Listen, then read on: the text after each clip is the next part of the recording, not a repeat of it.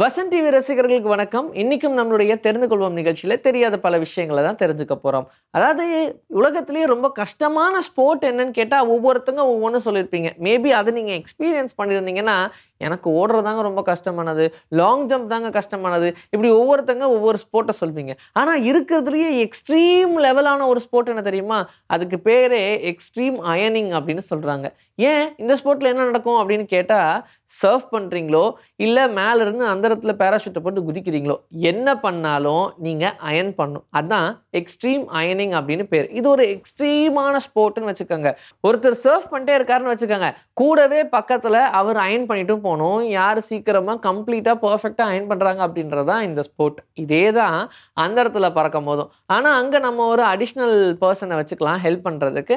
அவங்களும் அந்த இடத்துல பறந்துகிட்டே அயர்ன் பண்ணணும். இதான் எக்ஸ்ட்ரீம் அயர்னிங். நிஜமாவே பயங்கர கஷ்டமா தான் இருக்கும். ஏன்னா கீழ உட்கார்ந்து அயர்ன் பண்ணும்போதே பல இடத்துல சுட்டுக்குது. இல்ல நம்ம தனியா அயர்னிங் ஸ்டாண்ட் வச்சு பண்ணாலும் பல இடத்துல சுட்டுக்குது. இல்ல ஷர்ட் கரைஞ்சு போயிருது. ஆனா எக்ஸ்ட்ரீம் அயர்ன்னா அதுக்கு ஒரு எலக்ட்ரிசிட்டி குடுத்து அந்த அயர்ன் பாக்ஸ் வச்சு அயர்ன் பண்றதுலாம் சாதாரண விஷயமா? துபாய்ல ஆர்டிஃபிஷியல் ரெயின் அப்படின்றது இப்ப ரெகுலர் ஆக்கலாம்னு பிளான் பண்ணிட்டாங்க. கிளவுட் சீடிங்ன்றது நடந்துட்டு இருக்கு. அது என்னப்பா கிளவுட் சீடிங் அப்படின்னு கேட்டா, இப்ப நம்ம பிளான்ட் சீட் பண்ணா என்ன ஆகும்? பிளான்ட் வரும். கிளவுட் சீட் பண்ணா என்ன ஆகும்? கிளவுட் வரும். அதாவது மழை வரும். ஸோ ஆர்டிஃபிஷியல் ரெயின் அப்படின்ற ஒரு விஷயத்த இப்ப இம்ப்ளிமெண்ட் பண்ணாங்க. அது ஆக்சுவலாவே ஒரு பெரிய சக்சஸ் ஆச்சு. அதனால இத கன்டின்யூ பண்ணலாம் அப்படின்ற மாரி துபாய் கவர்ன்மெண்ட் பிளான் பண்ணி, இப்ப இத கன்டின்யூ பண்ண போறாங்களாம். அதுலயும் முன்னாடியே இதுக்கான அப்டேட் வந்துரும். நாளைக்கு 2 மணிக்கு மழை வரப்போது, ரெடியா இருந்துக்கங்க அப்படின்னு சொல்லுவாங்க. அடடா! கேட்கும்போதே செம ஜாலியால இருக்கும். ஈவன் நம்மளே வானிலை அறிக்கைய பார்க்கும்போது, நாளைக்கு மழை வரும், நாளான்னைக்கு மழை வரும் அப்படின்லாம் சொல்லுவாங்க. நாமளும் சரி மழை வரும் அப்படின்னு எப்போன்னு காத்துட்டு இருப்போம். ஆனா இங்க பாருங்க, அக்யூரேட் டைமோட போட்டுருவாங்க. 2 மணி 20 நிமிஷத்துல 2 செகண்ட்ல மழை வரும் அப்படின்னு சொன்னா, அந்த டைம் மழை வரும். நல்லா இருக்குல்ல? பிரிட்டன்ல அடிக்கடி கரண்ட் பிரச்சனை வருதாம். என்னப்பா? பிரிட்டன்ல போய் எப்படிப்பா பிரச்சனைலாம் வரும்? அப்படின்னு கேட்டா, அங்க ஊர்ல இருக்கிற எல்லாருமே ஒரே டைம்ல கெட்டில் ஆன் பண்றாங்கன்றது தான் பிரச்சனைன்றாங்க. இது கொஞ்சம் வித்தியாசமான ப்ராப்ளம் தானே! இந்த மாரி ஒரு சினாரியோலாம் நடக்கிறது சாதாரண விஷயமே இல்ல அப்படின்ற மாரி தான் இருக்கும். எப்பா இந்த எலக்ட்ரிக் கெட்டில் எப்படி எல்லாரும் ஒரே டைம்ல ஆன் பண்ணுவாங்கன்னா, அங்க இருக்கக்கூடிய புரோகிராம்ஸ்க்குலாம் நெறைய மக்கள் அடிக்டட். ஸோ வீட்ல இருக்கக்கூடிய மக்கள் என்ன பண்றாங்க, கரெக்ட்டா அந்த புரோகிராம் பார்க்குறாங்க. அந்த புரோகிராம் முடிஞ்ச உடனே எல்லாரும் கெட்டில் ஆன் பண்றாங்களாம். ஏன்? அது ஒண்ணும் சமையல் புரோகிராமா? அதுவும் கிடையாது. ஆனா ஏன்னே தெரியாம அந்த புரோகிராம் முடிஞ்சதும் எல்லாருக்கும் கெட்டில் ஆன் பண்ணணும்னு தோணுது. அதனால எலக்ட்ரிக் கெட்டில் ஆன் பண்றாங்க. இதனால அங்க நெறைய பவர் இஷ்யூஸ் வருது அப்படின்னு சொல்றாங்க. இதெல்லாம் நம்புற மாரியா இருக்கு. ஆனா அது உண்மதான். இத வேற ரிசர்ச் பண்ணலாம்னு இறங்கி ரிசர்ச் பண்ணியிருக்காங்க. அங்க டீ பிரேக் அப்படின்னு சொல்றதுனாலயே எல்லாருக்கும் டீ குடிக்கணும்னு ஆசை வந்துருது. அதனால டீ பிரேக் டைம் எல்லாத்துலயுமே அவங்களும் கரெக்ட்டா எலக்ட்ரிக் கெட்டில ஹீட் பண்ணி டீ போட்டு குடிக்கிறாங்க அப்படின்னு சொல்றாங்க. டீ பிரேக்குன்னு நார்மலா சொல்ல தான் செய்வோம். அதுக்குன்னு டீ குடிப்பாங்களா எல்லாரும்? நார்கோலெப்சி அப்படின்றத கேள்விப்பட்டிருப்போம். இது என்னன்னா நார்கோலெப்சி சடனா என்ன ரீசன்னே தெரியாம டப்புன்னு தூங்கிருவாங்க. ஏதாவது ஒரு அதிர்ச்சிகரமான சம்பவம் நடந்துச்சுன்னா உடனே தூங்கிருவாங்க. நம்ம கூட இந்த விஷால் படத்துலலாம் பார்த்திருப்போம்.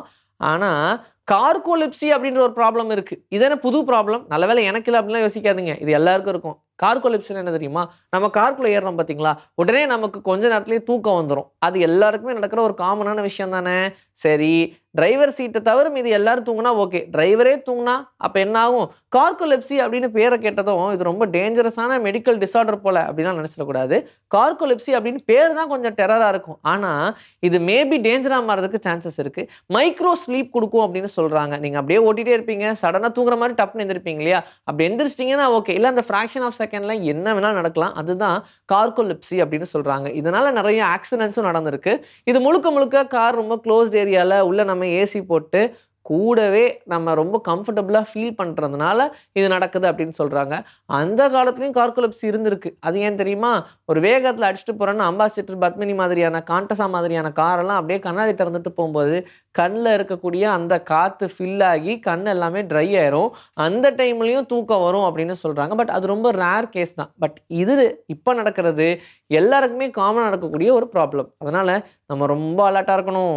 நவம்பர் 2004ல இப்படி எல்லாமாப்பா மனுஷங்கள புரொடெக்ட் பண்ணும் டால்ஃபின் அப்படின்ற மாரியான ஒரு சம்பவம் நடந்துச்சு. நியூசிலாண்ட்ல. என்னன்னா அங்க லைஃப் கார்ட்ஸ் இருப்பாங்கல்ல, அவங்களோட சேர்த்து குழந்தைகள் அப்படின்னு ஒரு குரூப் ஆஃப் பீப்பிள டால்ஃபின்ஸ் மொத்தமா ஒயிட் ஷார்க் கிட்ட இருந்து காப்பாத்திருக்கு. என்ன நடந்துச்சு தெரியுமா?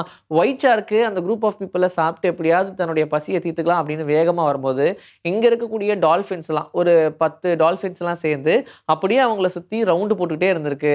இதனால வெயிட் பண்ணி பார்த்துட்டு இருந்த ஒயிட் ஷார்க்கு அதோடைய பொறுமை தாங்க முடியாம வேற எங்கேயாச்சும் வேட்டையாடிக்கலாம் அப்படின்னு சொல்லி வேட்டையாடுறதுக்கு வேற இடத்துக்கு போயிருச்சு. ஸோ 40 மினிட்ஸா வெறும் சேவ் மட்டுமே பண்ணியிருக்கு அவங்கள அப்படின்னு சொல்லுது டால்ஃபின். ஆக்சுவலா அந்த டால்ஃபின் கிட்ட யாருமே ஹெல்ப் கேட்கல. இருந்தாலும் ஹியூமன்ஸ் சேவ் பண்ணும் அப்படின்றதுக்காக 2004ல இப்படி ஒரு இன்சிடென்ட் டால்ஃபின நோக்கி நடந்துச்சு. அதனாலேயே ரொம்ப ஃப்ரெண்ட்லியானது ஹியூமன்ஸ்க்கு அப்படின்னு சொல்லி டால்ஃபினையே டிக்ளேர் பண்ண ஆரம்பிச்சுட்டாங்க ஹியூமன்ஸ். நம்மளுடைய பெர்ஸ்பெக்டிவ்ல இத கேட்கும்போது டால்ஃபின் தான் இந்த ஃபிஷ் வெரைட்டிலேயே ரொம்ப ஃப்ரெண்ட்லியான ஃபிஷ் போல அப்படின்னு சொல்லுவாங்க இல்லையா? ஈவன் ரொம்ப இன்டெலிஜென்ட்டான ஃபிஷ்ஷும் டால்ஃபின் தான் அப்படின்னு சொல்லுவாங்க. ஆனா இந்த புரொடெக்ட் பண்ண விதம் எல்லாருக்குமே பயங்கர ஷாக்கிங்கா தான் இருந்துச்சு.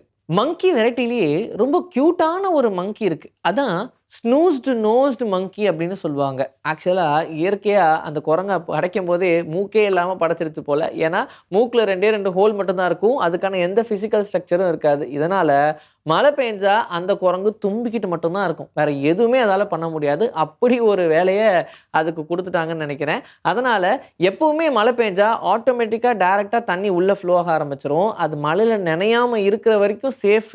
லைட்டா தண்ணி போச்சுன்னா கூட அது தும்ப ஆரம்பிச்சுரும். மழை நிக்கிற வரைக்கும் தும்பிக்கிட்டே தான் இருக்கும். இப்படி ஒரு பிரச்சனை இந்த மங்கிக்கு இருக்காம். இதுக்கு காரணம் அது குகைகள்லயே வாழ்ந்ததுனால அதுக்கு மூக்குடைய ஸ்ட்ரக்சரே தேவையில்ல அப்படின்ற மாதிரியே வளர்ந்துருச்சுன்னு சொல்றாங்க ஒரு பக்கம். இருந்தாலும் மூக்குன்றது எல்லாருக்கும் நெசசரி தானப்பா. இதுக்குன்னு எங்க வாழ்றோன்ற பார்த்தா மூக்கு வைக்க முடியும்?